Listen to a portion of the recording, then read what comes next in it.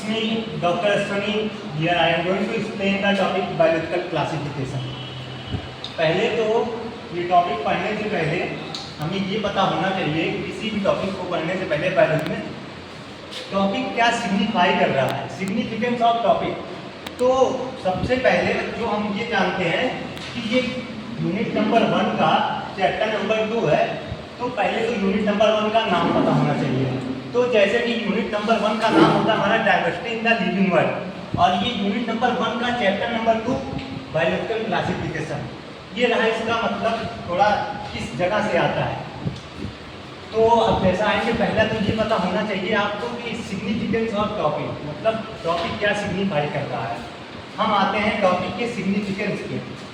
तो topic biology क्या है कि ब्रेकडाउन की साइंस है, ब्रेकडाउन की साइंस है। जब तक हम तैयारी करते हैं तब तक बायोलॉजी का मतलब ब्रेकडाउन की साइंस है, और रिसर्च में इसका मतलब अलग हो जाता है। वो जो आपकी साइंटिफिक डिफिनीशन होती है लाइफ फॉर्म। तो पहला हमको इससे आपको थोड़ा सा अंदाजा लग रहा होगा बच्चों की बायोलॉजिकल क्लासिफिकेशन के बारे में आप डिटेल स्टडी करके आए होते हैं द लिविंग वर्ल्ड चैप्टर। उसमें आप क्लासिफिकेशन के बारे में पूरा प्रोसेस बताया जाता है, काफ़ी डिटेल के साथ बताया जाता है। अब जैसे यहाँ आपको ध्यान देना होगा बायोलॉजिकल टाइप। तो पहला हम क्लासिफिकेशन के बारे में थोड़ा सा जानते हैं, क्लासिफिकेशन होता क्या है। तो जैसा क्लासिफिकेशन आप लिविंग वर्ल्ड चैप्टर में पढ़ के आए होते हैं, किसी भी ऑर्गेनिक को प्लेस करना उसके कैरेक्टर के हिसाब से उसे किसी कन्वीनियंट कैटेगरी में रखा, उसे क्लासिफिकेशन बोला जाता है। एक बार जैसे कोई ऑर्गेनिक में उसके कॉमन कैरेक्टर के हिसाब से उसे किसी कन्वीनियंट कैटेगरी में रखना, उसे हम क्लासिफिकेशन बोलते हैं। जैसा एक एग्जांपल हम लेते हैं यहाँ,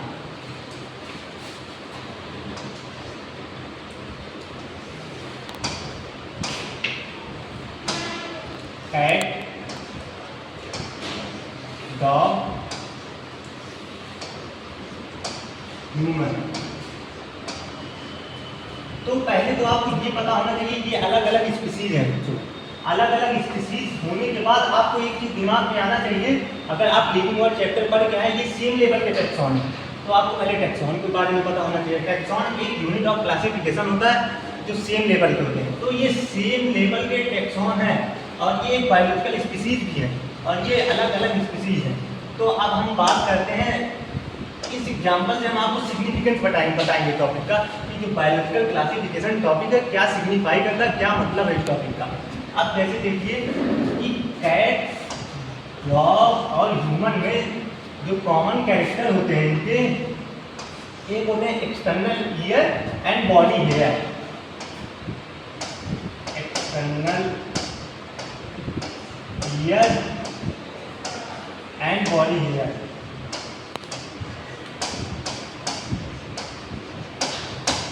पहले तो आपको पता होना चाहिए टॉपिक क्या सिग्निफाई कर रहा है। हम बताएंगे सिग्निफिकेंस ऑफ टॉपिक, कि टॉपिक का क्या सिग्निफिकेंस है। तो पहला एक एग्जाम्पल के थ्रू हम ये चैप्टर पढ़ाने का अंदाज थोड़ा दूसरा होता है, एग्जाम्पल के थ्रू पढ़ाते हैं। Cat, dog, human. अब क्या है, ये अलग अलग स्पीसीज है, सेम लेवल के टैक्सॉन। अब क्या है कि इनका ये है आपके कॉमन कैरेक्टरिस्टिक्स।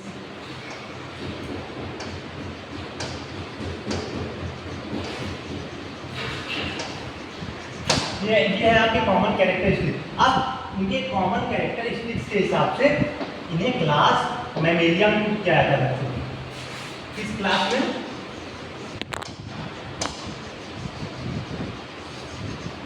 क्लास मैमेलिया में इन्हें पुट किया जाता है। अब ये आपको अभी थोड़ा कम समझ में आना होगा, पर मैं इसी चीज़ से ये टॉपिक एक्सप्लेन करने वाला हूँ। क्या है कि पहले तो आपको क्लासिफिकेशन की डिफिनीशन हमने बताई कि कोई भी ऑर्गेनिज्म अपने कॉमन कैरेक्टरिस्टिक्स के हिसाब से किसी कन्वीनियंट कैटेगरी में प्लेस होता है, उसे बोला जाता है क्लासिफिकेशन। अब ये तीनों अलग अलग स्पीसीज, सेम लेवल के टैक्सॉन, इनके common characteristic external ear and body है, इनकी कैटेगरी मैमेलिया। अब देखिए जो इम्पोर्टेंट बात है, जो ये टॉपिक को एक्सप्लेन करेगा, बात ये है आपकी बायोलॉजिकल स्पीसीज, ये है आपका क्लासिफिकेशन, और ये है आपके कॉमन कैरेक्टरिस्टिक्स। इतने को मिला के हम बोलते हैं क्लासिफिकेशन।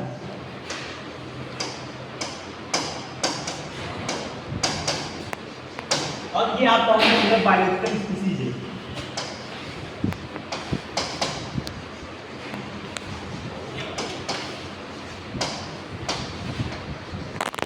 तो ये बायोलॉजिकल स्पीसीज अपने कॉमन कैरेक्टर के हिसाब से एक कन्वीनियंट कैटेगरी में पुट किया गया।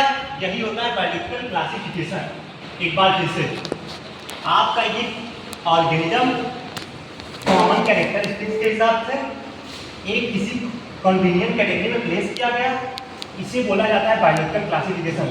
तो ये था चैप्टर का ब्रीफ इंट्रो, मतलब क्या टॉपिक सिग्निफाई कर रहा है। अब हम आते हैं कि हमें क्लासिफिकेशन की नीड क्यों पड़ी। Need for classification, need for classification हम लिविंग वर्ड चैप्टर में पढ़ के आए होते हैं कि हमारे पास 1.7 to 1.8 million number of organism पाए जाते हैं, मतलब 17 से 18 लाख जातियाँ। इतना बड़ा नंबर है ये कि हम अगर इसे अकेले अकेले पढ़ें तो हम इसे पढ़ नहीं पाएंगे आसानी से बच्चों। तो इसके लिए हमें क्लासिफिकेशन की बहुत नीड पड़ी। क्यों? तो हम लिखते हैं यहाँ नीड फॉर क्लासिफिकेशन में जो सबसे पहला टॉपिक आता है, हमारे धरती पे 1.7 to 1.8 मिलियन स्पीशीज पाए जाते हैं। तो स्टडी के पर्पस से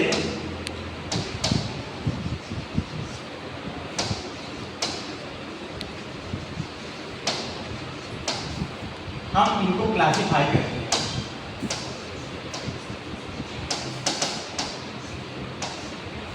ये है स्टडी के पर्पस से हम इनको क्लासिफाई करते हैं। ये तो रहा चैप्टर 1 की बातें।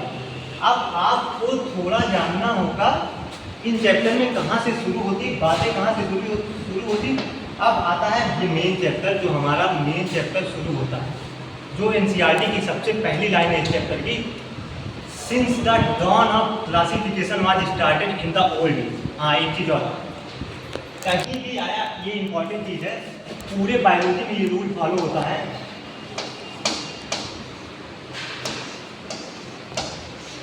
ये चीज़ एक बात ध्यान दे दीजिएगा, क्लासिफिकेशन कहीं भी बोला जाए पूरे बायोलॉजी में, तो बिना बेसिस के क्लासिफिकेशन होगा नहीं। कहीं भी आप पढ़ेंगे तो वहाँ आएगा क्लासिफिकेशन का बेसिस। पूरी एनसीईआरटी में कहीं कहीं बेसिस मेंशन है और कहीं कहीं बेसिस नहीं मेंशन है। तो हम आप बता देंगे कहाँ बेसिस मेंशन है, कहाँ बेसिस नहीं मेंशन है। तो यही चीज़ मैं लिख रहा हूँ यहाँ कि पूरे बायोलॉजी में कहीं भी क्लासिफिकेशन होगा तो उसका होगा बेसिस।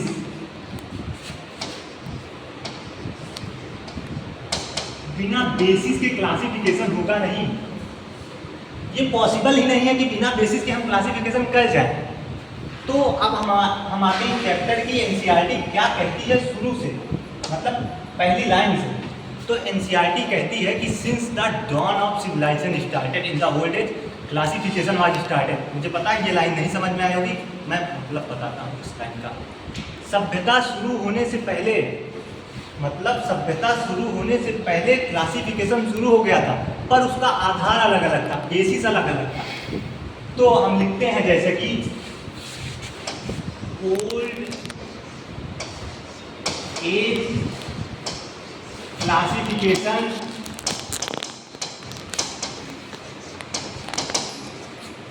कब शुरू हुआ? ओल्ड एज क्लासिफिकेशन बच्चों शुरू हुआ जब तक डॉन ऑफ सिविलाइजेशन, जब से सभ्यता शुरू हुई। कब से? Dawn of civilisation. अब क्या था, मैंने बताया जहाँ आया क्लासिफिकेशन वहाँ आया बेसिक। बिना बेसिक के क्लासिफिकेशन आपका हो ही नहीं सकता। तो यहाँ क्या बेसिक रखा गया? Food clothing centre. तो मैं यहाँ लिखता हूँ, यहाँ का बेसिक क्या रखा गया बच्चों? Food clothing centre. ये है बेसिक नीड। इन्हें क्या बोला जाता है? Basic need. ये है आपका बेसिक नीड। तो बेसिक नीड मतलब आज के समय में यही जाना जाता है, रोटी कपड़ा मकान। आज के नेताओं का सबसे पेटेंट डायलॉग यही होता है, रोटी कपड़ा मकान। ओल्ड एज क्लासिफिकेशन आया आपका बेसिस होता। पहले जी हम जहाँ पूरे बायोलॉजी में कहीं भी क्लासिफिकेशन पढ़ेंगे तो उसका होगा बेसिस। हम यहाँ पहला क्लासिफिकेशन जो हम ये बायोलॉजिकल क्लासिफिकेशन पढ़ते हैं ये old age system of classification, इसका बेसिस होता है फूड प्लॉटिंग सेक्टर। अब हम आगे बढ़ते हैं कि अभी तक तो ये सब हाइपोथेटिकल बातें थी, ये सब जो एनसीईआरटी में बोला गया ये सब सोचा समझी बातें थी। पहला साइंटिफिक बेसिस ऑफ क्लासिफिकेशन आया, अलग अलग साइंटिस्ट आए, अलग अलग अपना हाइपोथेसिस दी, अलग अलग अपना क्लासिफिकेशन सिस्टम दिया इन्होंने।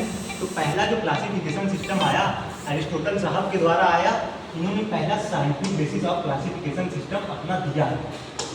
तो फर्स्ट जो साइंटिफिक बेसिस, पहले तो हम एरिस्टोटल साहब, पहला नाम आता है एरिस्टोटल साहब का।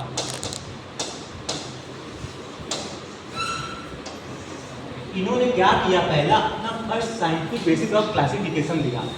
साइंटिफिक बेसिस ऑफ क्लासिफिकेशन इनका देने का मतलब था, पर ये कुछ ज़्यादा वो नहीं कर पाए, बस सुपर मॉर्फोलॉजी देख के इन्होंने क्लासिफिकेशन दे दिया। अब इनके बारे में थोड़ा सा जानते हैं। ये होते हैं फादर ऑफ जूलॉजी, इनको फादर ऑफ जूलॉजी बोला जाता है। इन्होंने अपनी किताब लिखी हिस्टोरिया एनिमेलिया,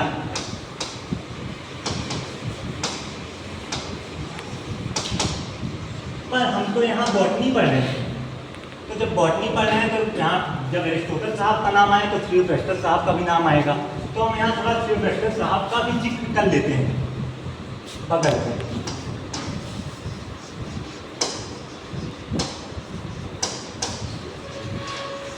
थियोफ्रास्टस साहब को फादर ऑफ बॉटनी बोला जाता है।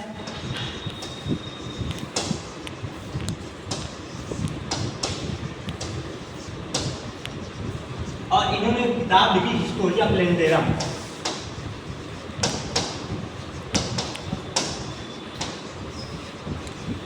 ये तो रही जानकारी की बात है, ये एनसीईआरटी में है नहीं, पर आप पढ़ते हैं जूलॉजी बॉटनी तो आपको इनको पता होना मस्ट है। अब आते हैं एरिस्टोटल साहब का काम क्या था बायोलॉजिकल क्लासिफिकेशन में। तो अब हम यहाँ पे देखते हैं एरिस्टोटल साहब का काम क्या था बायोलॉजिकल क्लासिफिकेशन में। तो यहीं से चैप्टर शुरू होता है, असली चैप्टर यहीं से शुरू होता है। नाम इनका काम था अर्लीस्ट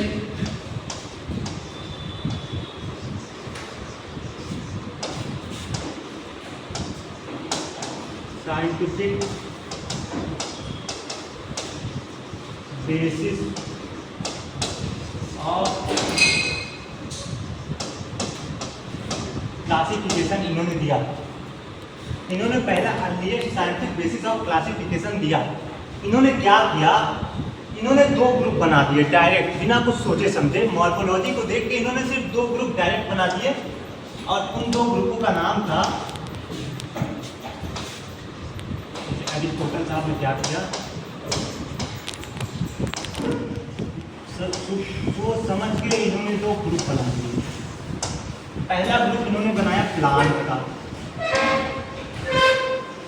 दूसरा ग्रुप बनाया इन्होंने एनिमल का। अब प्लांट को इन्होंने क्लासिफाई कर दिया तीन पार्ट में, ट्रीज, हर्ब एंड सन। अब अभी मैंने बताया बायोलॉजी में कहीं भी होता है क्लासिफिकेशन तो वहाँ होता है बेसिस, बिना बेसिस के कोई भी क्लासिफिकेशन एग्जिस्ट करता है। तो इन्होंने कैसे क्लासिफाई किया, बिना बेसिस के इन्होंने क्लासिफाई किया। इन्होंने बेसिस रखा सिंपल मॉर्फोलॉजिकल कैरेक्टर। क्या बेसिस था, सिंपल मॉर्फोलॉजिकल कैरेक्टर। ये प्लांट के लिए सिर्फ बेसिस इन्होंने दिया था, सिंपल मॉर्फोलॉजिकल कैरेक्टर। अब कुछ बच्चे कहेंगे हमको मॉर्फोलॉजी नहीं समझ में आती। सिंपल शब्दों में मॉर्फोलॉजी मतलब बाहरी बनावट। तो आप बाहरी बनावट देख के ट्री को भी पहचान लेंगे, हर्ब को भी पहचान लेंगे, सर्प को पहचान लेंगे। यही था इनका, इस बेसिस से इन्होंने प्लांट को क्लासिफाई किया। और ये सवाल नीट 2022 का है। फिर उसके बाद इन्होंने एनिमल को क्लासिफाई किया। एनिमल में क्लासिफाई किया इस बेसिस पे, रेड ब्लड सेल्स के बेसिस पे। आरजीसी के बेसिस। क्या कैसे क्लासिफाई किया? एक बनाया इन्होंने एनीमा, एक बनाया इन्होंने इनीमा। एनीमा अब यहाँ पे एक ट्रीट है, आगे आया A for absent, absent RGC. यहाँ आया इनीमा, यहाँ प्रेजेंट आरजीसी। सबसे पहला, सबसे मोस्ट इंपॉर्टेंट टॉपिक इस चैप्टर का, सबसे पहला और सबसे इंपॉर्टेंट टॉपिक हर तीसरे साल यहाँ से सवाल करते हैं। एक बार फिर से ये टॉपिक बताना चाहूँगा यहाँ से। पहला क्या था, ये चैप्टर यहीं से शुरू होता है, ओल्ड एज ऑफ क्लासिफिकेशन।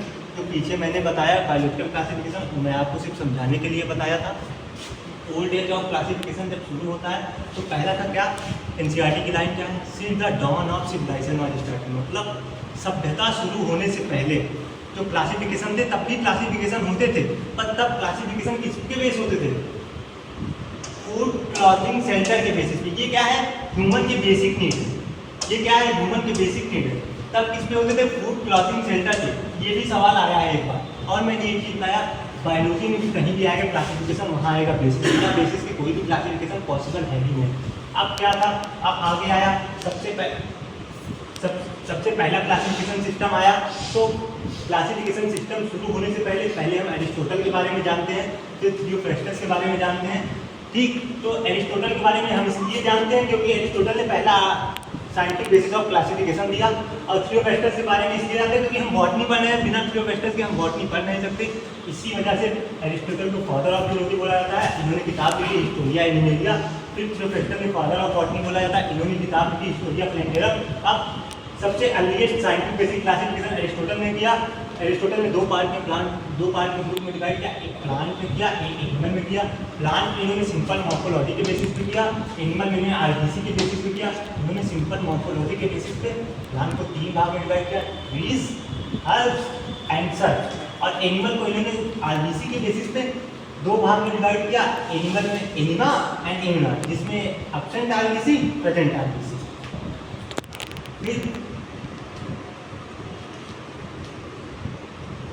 फिर आगे आता है कि हो गया आपका अर्लीस्ट सिस्टम ऑफ क्लासिफिकेशन। अब मेन चीज़ है, तो हम पढ़ रहे हैं बायोलॉजिकल क्लासिफिकेशन।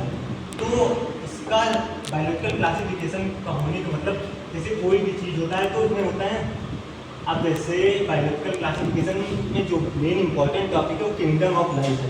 तो हम रीडिंग डालेंगे kingdom of life.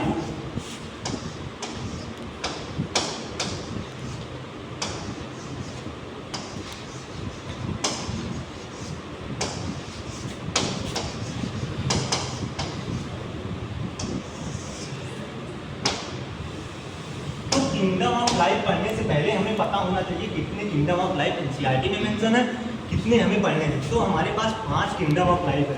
2 kingdom classification system, 3 kingdom classification system, 4 kingdom classification system, 5th kingdom classification system and 6th kingdom classification system. और हमारे एनसीईआरटी में कितने मेंशन है? हम तो 2 किंगडम क्लासिफिकेशन सिस्टम एनसीईआरटी में मेंशन इसलिए है क्योंकि सबसे पहला क्लासिफिकेशन सिस्टम था, उसे मेंशन करना मस्ट है। उसमें खामियां बहुत थी, बहुत सारी गलतियां थी, वो सुधारी गई कब? जब 5 किंगडम क्लासिफिकेशन सिस्टम पिक्चर में आया। तो हम पहले किंगडम ऑफ लाइफ में देखते हैं।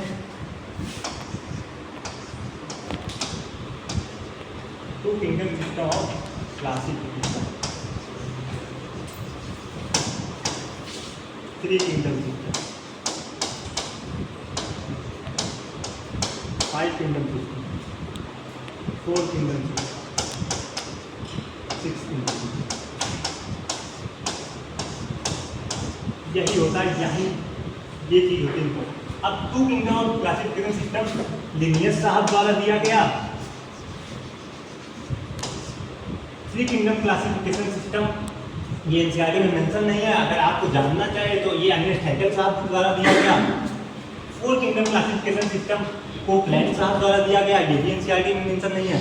जो सबसे इंपॉर्टेंट चीज पढ़ना है आपको 5 किंगडम ऑफ क्लासिफिकेशन सिस्टम, जो सिस्टम एनसीईआरटी फॉलो करता है वो 5 kingdom system of classification system follow करता है। इसे आर.एच. विटेकर साहब द्वारा दिया गया।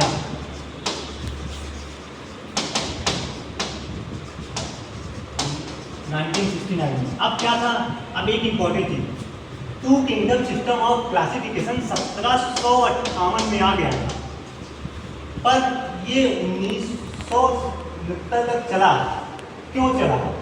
क्योंकि इन सब किंगडम ऑफ सिस्टम का ज़्यादा कुछ बेसिस निकला नहीं। अब क्या था कि two kingdom system of classification Linnaeus साहब ने दिया, पर बहुत सारी गलतियाँ कर दी। इन्होंने प्लांटी ग्रुप में 8 ग्रुप रखे हैं, बल्कि विटेकर साहब ने प्लांटी में 5 ही रखे थे। इन्होंने यूनिसेलुलर मल्टीसेलुलर में कोई डिफ्रेंशिएट नहीं किया। ऑटोट्रॉपिक हेटेरोट्रॉपिक का मतलब ही नहीं समझा, एक ही में रख दिया। प्रोकैरियोट्स का एक ही में रख दिया। तो साहब ये सिस्टम बनाया क्यों और हम पढ़ क्यों रहे हैं ये सिस्टम? ये सिस्टम इसलिए पढ़ा है, मैंने अभी आपको बताया कि पहला सिस्टम ऑफ क्लासिफिकेशन था ये, इससे पहले कोई किंगडम ऑफ क्लासिफिकेशन आया नहीं था, इस वजह से ये सिस्टम पढ़ा जाता है। और आगे अब जो एनसीईआरटी फॉलो करता है ये 5 किंगडम सिस्टम ऑफ क्लासिफिकेशन करता है। 6 किंगडम ऑफ क्लासिफिकेशन का थोड़ा सा जिक्र है एनसीईआरटी में, फिर डोमेन सिस्टम भी इसे बोला जाता है। ये कार्ल लूस साहब के द्वारा दिया गया था, चाहे तो नाम आप याद कर सकते हैं, बस एनसीईआरटी में मेंशन नहीं है, तो जैसी आपकी इच्छा। अब एक चीज़ और जो इम्पोर्टेंट चीज़ है कि हम फॉलो करते हैं 5 kingdom system of classification. NCERT जो भी आपको पढ़ाता है वो आपको इवोल्यूशनरी सीक्वेंस पढ़ाता है, मतलब प्रिमिटिव टू एडवांस पढ़ाता है।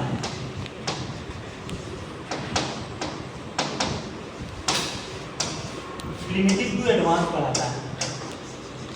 जैसे एनसीईआरटी आपको direct 5 kingdom system of classification पढ़ा सकता था, पर क्यों नहीं पढ़ाया?